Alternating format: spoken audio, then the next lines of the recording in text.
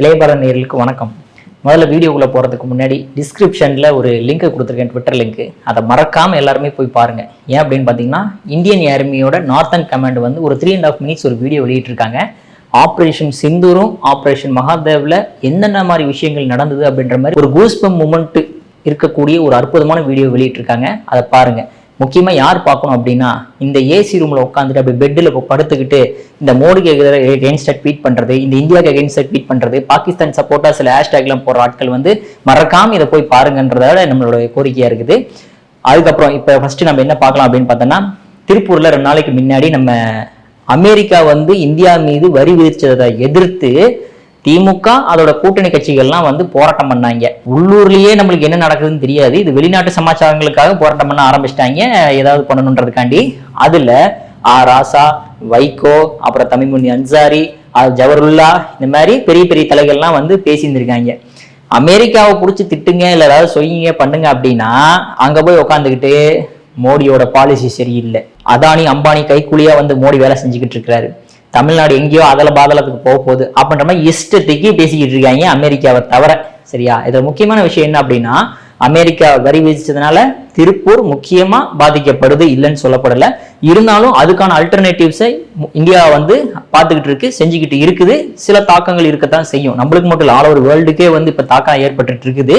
இதனால் அதிகமா பாதிப்படை போறது இந்தியா கிடையாது, அமெரிக்கான்றது கூடிய விரைவில் தெரிய வரும். அங்க பேசும்போது ராசா அவர்கள், நீங்க எப்படி கம்பேர் பண்ணியிருந்தீங்கன்னா கூட பரவாயில்ல, ஆனா மன்மோகன் சிங் இருக்கும்போது இதே மாதிரிதான் வரி விதிக்கப்பட்டது, அவர் எவ்வளவு தைரியமா கையாண்டா தெரியுமா? ஆனா மோடிக்கு அந்த அளவுக்கு தைரியம் இல்லாம போயிருச்சு அப்படின்ற மாதிரி பேசியிருக்காரு. இது எங்க என்ன சொல்றதுன்னு தெரியல. ஏன்னா மன்மோகன் சிங் பீரியட்ல என்ன நடந்துச்சு, இப்ப இந்தியா என்ன லெவல்ல இருக்குது அப்படின்றதுக்கு எடுத்துக்காட்டு போன வீடியோ நீங்க பாத்தீங்கன்னாவே தெரியும், ஆபரேஷன் சிந்தூர்ல என்ன மாதிரி விஷயங்கள் நடந்தது அப்படின்ட்டு. அதே மாதிரி வைகோ அவர்கள் பேசுறாங்க, அதே மாதிரி நம்ம ஜவஹர்லா பேசுறாரு, தமிமுன் அன்சாரி ஒருபடி மேல போயிட்டாரு. இவர் வந்து ஊரா எங்கெங்கயோ ஃபாரின் தான் போறான்றார் பேரு, போய்கிட்டு இருக்கக்கூடிய நட்பு கண்ட்ரி எல்லாத்தையுமே வந்து பகையா மாத்திக்கிட்டு இருக்கிறாரு. எதைத்தான் பண்ணிக்கிட்டு இருக்கிறாரு நம்ம மோடி அவர்கள். ஆனா நம்ம ஸ்டாலின் அவர்கள் பாருங்க, ஃபாரின் போய் அங்க இருக்கக்கூடிய எல்லாத்தையுமே வந்து தமிழ்நாட்டில் இன்வெஸ்ட்மெண்ட் பண்ற மாதிரி நல்ல விஷயங்களை பண்ணிக்கிட்டு இருக்காரு அப்படின்ட்டு. ஐயோ, இவங்களுக்கெல்லாம் வந்து என்ன சொல்லி புரிய வைக்கிறதுனே தெரியல. ஏன்னா உம்முடி பூண்டி தாண்டாவே என்ன நடக்குதுன்னு தெரியாது. இதுல வந்து அமெரிக்காவில் நடக்கிறது, இன்டர்நேஷனல் எக்கானமி, ஜிடிபி, இதெல்லாம் சொல்லி அவங்களுக்கு புரிய வைக்கிறது கொஞ்சம் டிஃபிகல்ட் தான். இருந்தாலும் இந்த மாதிரி விஷயங்கள்லாம் அங்க பேசியிருக்காங்க. இதுல தமிமுன் அன்சாரி பேசின விஷயத்துக்கு நாம பதிலடி கொடுக்க தேவையில்லை, வேற யாரு பதிலடி கொடுத்துருக்காங்க அப்படின்னு பாத்தீங்கன்னா, பின்லாந்துடைய பிரசிடென்ட் என்ன சொல்றாரு பார்த்தோம் அப்படின்னு வச்சுக்கீங்களேன். அதாவது ட்ரம்ப்புக்கு ஒரு அட்வைஸா சொல்றாரு. என்ன சொல்றாருன்னா, ட்ரம்ப்புக்கு இல்ல, இங்க இருக்கக்கூடிய தற்கொலைகளுக்கும் ஒரு அட்வைஸ்னே சொல்லலாம். அதாவது யூரோப்பு, அமெரிக்கா, நாமெல்லாம் வந்து இந்தியாவோட இணைஞ்சு போகல அப்படின்னு வச்சுக்குவேன், நம்ம தோத்து போயிடும், வெஸ்ட் வந்து லூஸ் ஆயிடும் அப்படின்ற மாதிரி சொல்லியிருக்கிறாரு.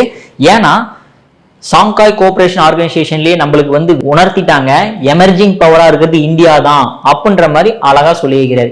இந்த பதிலடி தவிர வேற ஏதாவது பதிலடி இவங்களுக்கு வேணுமான்னு தெரியல எனக்கு. ஏன்னா எப்ப பார்த்தாலுமே இந்தியாவில் இருக்கக்கூடிய தப்பான விஷயங்களை மட்டுமே எடுத்து காட்டிட்டு இருக்கிற தற்கொலைகளுக்கு இது ஒரு அவர் சொன்ன விஷயங்களையும் நம்ம எடுத்து சொல்ல வேண்டிய விஷயங்களா இருக்குது. அடுத்ததா மோடி அவர்களுடைய பவர் எந்த அளவுக்கு இருக்கு அப்படின்றத பாருங்களேன். அதாவது ஷாங்காய் கோஆபரேஷன் ஆர்கனைசேஷன்ல வந்து நிறைய கண்ட்ரிஸ் வந்து இருக்காங்க. நான் ஆல்ரெடி சொல்லியிருந்தேன், 2017 இந்தியா பாகிஸ்தான் ரெண்டுமே ஃபுல் மெம்பரா அதுல வந்து இறங்கினாங்க அப்படின்ட்டு. அதே மாதிரி இப்ப அஜர்பைஜானும் எனக்கு ஃபுல் மெம்பர்ஷிப் கொடுங்க, அப்பதான் வந்து நீங்க சொல்ற அந்த ட்ரேட் டீலுக்குலாம் நானுமே வந்து பெனிஃபிட் ஆக முடியும் அப்படின்ற மாதிரி உள்ள வந்தாங்க.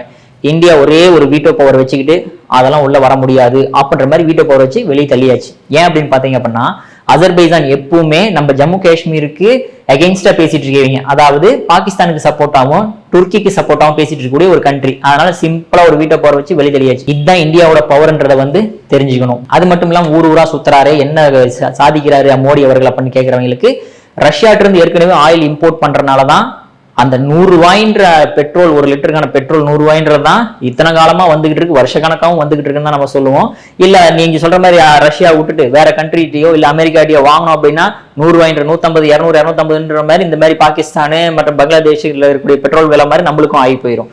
ஆனா இப்போ கார்ல போனாருன்னு சொன்ன பாத்தீங்களா, அதாவது மோடியும் புட்டினும் கார்லயே டிராவல் பண்ணிட்டு 45 நிமிஷம் பேசிட்டு போயிருந்திருக்காங்க, நிறைய விஷயங்கள் பேசியிருக்காங்க, என்னன்றது தெரியல. ஆனா அதோடைய பெனிஃபிட்டா இப்ப நம்மளுக்கு என்ன கிடைச்சிருக்கு அப்படின்னு பாத்தீங்கன்னா, க்ரூட் ஆயிலோட பிரைஸ் ரேட் வந்து இன்னும் $3 கம்மி பண்ணி நம்மளுக்கு வந்து ரஷ்யன் ஆயில் வந்து கொடுக்கறதா சொல்லப்பட்டிருக்காங்க. அதனால வந்து நம்மளுக்கு இந்தியாவுடைய எக்கானமி இன்னும் பூஸ்ட் ஆக சான்சஸ் இருக்குது, நம்மளுடைய இன்கம்ஸ் வர அதிகமா சான்சஸ் இருக்குது. ஸோ அதனால நல்ல ஒரு பெனிஃபிட், நல்ல ஒரு ரிலேஷன்ஷிப்பா நம்ம போயிட்டு இருக்கோம் அப்படின்றதுக்கு. இன்னொரு விஷயம் என்ன அப்படின்னு பாத்தீங்கன்னா, பாகிஸ்தான் PM ஷெரீப், நம்மலாம் புட்டினோட பேசிட்டு நம்ம கிளம்பி வந்துட்டோம். அதுக்கப்புறம் ஷெரீப் போய் நம்ம புட்டினோட பேசியிருக்கிறாரு, நீங்களும் இந்தியாவும் இருக்கக்கூடிய இந்த ரிலேஷன்ஷிப்பை நான் வந்து மதிக்கிறேன், ரெஸ்பெக்ட் பண்றேன் அப்படின்ட்டு. அதான் பொங்கி அப்படியே உள்ள வைத்தறிச்சல்ல வந்து என்ன சொல்றேன்னு தெரியாம உங்களோட நட்பை நான் வந்து ரெஸ்பெக்ட் பண்றேன், அது மட்டும் இல்லாம எங்களுக்கும் அதே மாதிரி கொஞ்சம் நல்லா அப்படியே கொஞ்சம் கோஆபரேஷன் பண்ணீங்கன்னா கொஞ்சம் நல்லா இருக்குமே அப்படின்ற மாதிரி கெஞ்சிட்டு வந்திருக்கிறாப்ல. இப்போ புரியுதா பாகிஸ்தான் எந்த நிலைமையில் இருக்கு, இந்தியா எந்த நிலைமையில் இருக்கு அப்படின்ட்டு. இது ஒரு எடுத்துக்காட்டு இந்தியா இந்த மாதிரி எமர்ஜிங் ஆயிட்டு இருக்கு அப்படிங்கிறதுக்கு. அது மட்டும் இல்லாம பாகிஸ்தான்ல நிறைய விஷயங்கள் ஆல்ரெடி பார்த்தோம். அதாவது ஃபிளட் வந்து நிறைய மக்களை கொண்டுகிட்டு இருக்கு, பாவம் ரொம்ப கஷ்டமான சிச்சுவேஷன் இருக்காங்க. இப்படி இருக்கும்போது பலூச்சிஸ்தான்ல தொடர்ந்து 3 வெடிகுண்டு வெடிச்சிருக்குது, 25க்கும் மேற்பட்ட ஆட்கள் இறந்திருக்காங்க. ஸோ இந்த மாதிரி விஷயங்களுமே நடந்துட்டு இருக்கு. ஆனா இதுக்கு காரணம் வந்து இந்தியா கிடையாதுங்க, சரிங்களா? அதை ஞாபகத்தில் வச்சுக்கோங்க. இதுவுமே ஆபரேஷன் சிந்தூர்ல வருதான்னு கேட்டீங்கன்னா அதெல்லாம் நம்மளால சொல்ல முடியாது. ஏன்னா மறைமுகமா யாரோ அங்க வந்து அந்த ஆர்மியை வந்து அட்டாக் பண்ணி அங்கங்க பாம்பு வச்சு எல்லா மக்களையும் கொண்டுகிட்டு இருக்காங்கன்ற சோகமான நியூஸ் நம்மளுக்கு வருது. இப்படி ஒரு பக்கம் இருக்கும்போது ட்ரம்ப் என்னடா இது, அங்க வேற வந்து சாங்காய் கோஆபரேஷன் ஆர்கனைசேஷன்ல எல்லாருமே ஒண்ணு சேர்ந்துட்டாங்களே, நாம ஏதாவது பேசி ஆகணுமே அப்படின்ட்டு வெளியே வந்து மீட்டிங்ல எல்லாம் பேசுறாரு. பேசும்போது என்ன சொல்றாருன்னா, மொதல் வார்த்தை, அமெரிக்கா மட்டும் இல்லைன்னு வச்சுக்கோமே, உலகத்துல எல்லாமே அழிஞ்சு போயிடும், எல்லாருமே செத்துருவாங்க. எப்படி ஒரு ஸ்டேட்மெண்ட் பாருங்க. இப்போ இதுதான் வந்து அமெரிக்கா பிரசிடென்டோடைய நிலைமை இப்போ. அது மட்டும் இல்லாம இன்னொரு ஜேர்னலிஸ்ட் கேட்கிறாரு, சார் நீங்க வந்து வந்ததுல இருந்து சார்ஜ் எடுத்ததுல இருந்து ரஷ்யாவை நீங்க எதுவுமே பண்ண மாட்டீங்கல்ல சார் அப்படின்ட்டு. அதான் இந்தியா மேல டாரிஃப் போட்டிருக்கேன்ல, அப்புறம் என்ன போய் வேற ஏதாவது வேலை இருந்தா பாரு அப்படின்ற மாதிரி ஆன்சர் பண்ணியிருக்கிறாரு. இப்படியுமே வந்து கொஞ்சம் குழப்பத்துல உட்காந்துக்கிட்டு இருக்காரு ட்ரம்ப் அவர்கள். அது மட்டும் இல்லாம கிரெடிட் ரேட்டிங் ஏஜென்சின்னு ஒன்று இருக்கு, மூடிஸ் கிரெடிட் ஏஜென்சி அப்படிங்கிறது வந்து ரொம்ப ஃபேமஸான ஒன்று. கம்பெனிகளை ரேட்டிங்ஸ் கொடுப்பாங்க, இந்த கண்ட்ரி இவ்வளவு ரேட்டிங், அந்த கண்ட்ரி இவ்வளவு ரேட்டிங்ஸ் அப்படின்ற மாதிரி. அதுல இருக்கக்கூடிய சீஃப் எக்கனாமிக் அட்வைசர் மார்க் ஜாண்டி அப்படின்றவரே வந்து சொல்லியிருக்கிறாரு, அதாவது அமெரிக்காவோட பொருளாதார நிலை வந்து மந்த நிலைக்கு போயிடும், அதாவது குறைஞ்சு போயிடும், ஜிடிபி எல்லாமே எக்கானமில அடி வாங்கிடும் அப்படின்ற மாதிரி. அதுவும் இந்த வருஷம் எண்டுல அந்த மாதிரி எண்ட்ல வந்து ரொம்ப வர்ஸ்டான சிச்சுவேஷனுக்கு போயிடும் அப்படின்ற மாதிரி ஒரு வார்னிங்கையும் கொடுத்துருக்கிறார் ட்ரம்ப் அவர்களுக்கு. ஸோ இந்த மாதிரி சிச்சுவேஷன்ல ட்ரம்ப் அமெரிக்காலாம் வந்து கஷ்டமான நிலைமையில் இருக்கும்போது இன்னொரு குண்டு மிகப்பெரிய குண்டா என்ன பார்க்கப்படுது அப்படின்னா, இந்த ஷாங்காய் கோஆபரேஷன் ஆர்கனைசேஷன் முடிஞ்சுதா, அங்கிருந்து மோடி அவர்கள்லாம் கிளம்பி வந்துட்டாங்க, நிறைய கண்ட்ரிஸ் கிளம்பி போயிட்டாங்க. இருந்தாலுமே ஒரு 26 கண்ட்ரி ஒரு விஷயத்துல பார்ட்டிசிபேட் பண்றாங்க. என்ன அப்படின்னா, சைனாவுடைய ராணுவ ஊர்வலம்னு ஒன்று நடத்தப்படுது, சரிங்களா? ரொம்ப பிரம்மாண்டமா இருக்கும். ஸோ அது எப்பவுமே இந்தியாவோடையும் கம்பேர் பண்ணி பேசுவாங்க. அங்க பாருங்க அவங்களோட ராணுவ எப்படி இருக்கு, நம்மளோட ராணுவம் எப்படி இருக்குன்ற மாதிரி கம்பேர் பண்ணி பேசுவாங்க, அதை பரேட்லாம். ஸோ அதுல மொத்தம் 26 கண்ட்ரிஸ் பார்ட்டிசிபேட் பண்ணிக்கிறாங்க. அதுல முக்கியமான 3 கண்ட்ரி யாரா இருந்தாங்கன்னா, நம்ம 3 பேர் ஒட்டுக்கா வரது யார் அப்படின்னு பாத்தீங்கன்னா, நார்த் கொரியாவோட கிம் ஜாங் உன் இருக்காரு, அப்புறம் ஜி ஜின்பிங் இருக்காப்ல, அடுத்தது நம்ம புட்டின். 3 பேர் அப்படி கம்பீரமா நடந்து வந்து அந்த போட்டோல வெளியே வரதை பார்க்கும்போது, எல்லாம் சிரிச்சு ஜாலியாக பேசிட்டு வரதை பார்க்கும்போது ட்ரம்ப் என்ன நிலைமைக்கு தள்ளப்பட்டிருப்பாருன்றதை நீங்க கொஞ்சம் யோசிச்சு பார்க்கணும். இப்படிலாம் ஒரு பக்கம் இன்டர்நேஷனல் அரினாவுடைய மோடியோட ஸ்டாச்சரும் சரி, இந்தியாவோட ஸ்டாச்சரும் சரி வேற லெவலில் போயிட்டு இருக்கும்போது, இங்க அதாவது ஜிஎஸ்டி கவுன்சில் வந்து என்னத்துக்கு மீட் பண்றாங்க. எல்லாத்துக்கும் இப்ப கிடைக்கக்கூடிய ஒரு அற்புதமான விஷயம் அப்படி என்ன அப்படின்னு பாத்தீங்கன்னா, 4 டாக்ஸ் ஸ்லாப்ல இருந்து இப்ப 2 டாக்ஸ் ஸ்லாபா கம்மி பண்ணிட்டாங்க. அதாவது 5%, 12%, 18%, 28% இருக்கக்கூடிய டாக்ஸ் ஸ்லாபை ஜஸ்ட் 2 தான். ஒன்னு 5% இல்ல 18% அப்படின்ற மாதிரி எல்லா மோஸ்ட் ஆஃப் த ஐட்டம்ஸை வந்து இந்த 2 டாக்ஸ் ஸ்லாப்லயே கொண்டு வந்துட்டாங்க. அதுலயும் பாருங்களேன், ப. சிதம்பரம் அவர்கள் ஒரு கேள்வி கேட்கிறாரு. என்ன கேட்கிறாரு அப்படின்னா, அதாவது 11 வருஷம் ஆச்சா ஐயா நீங்க இந்த ஜிஎஸ்டி டாக்ஸ் ஸ்லாப் இந்த 2ஆ குறைக்கிறதுக்கு, எப்பதான் நீங்க டாக்ஸ் ஸ்லாப் ஒண்ணா கொண்டு வருவீங்க அப்படின்ற மாதிரி கேள்வி எழுப்பிறாரு. இது ஆக்சுவலா அவங்க பண்ண வேண்டிய வேலை வந்து பாஜக பண்ணிக்கிட்டு இருக்குது. உடனே இது பைனான்ஸ் மினிஸ்டரா இருந்த ப. சிதம்பரம் அவரெல்லாம் இந்த கேள்வி எழுப்புறாரு அப்படிங்கும் போது கொஞ்சம் மனசு கஷ்டமா தான் இருக்குது.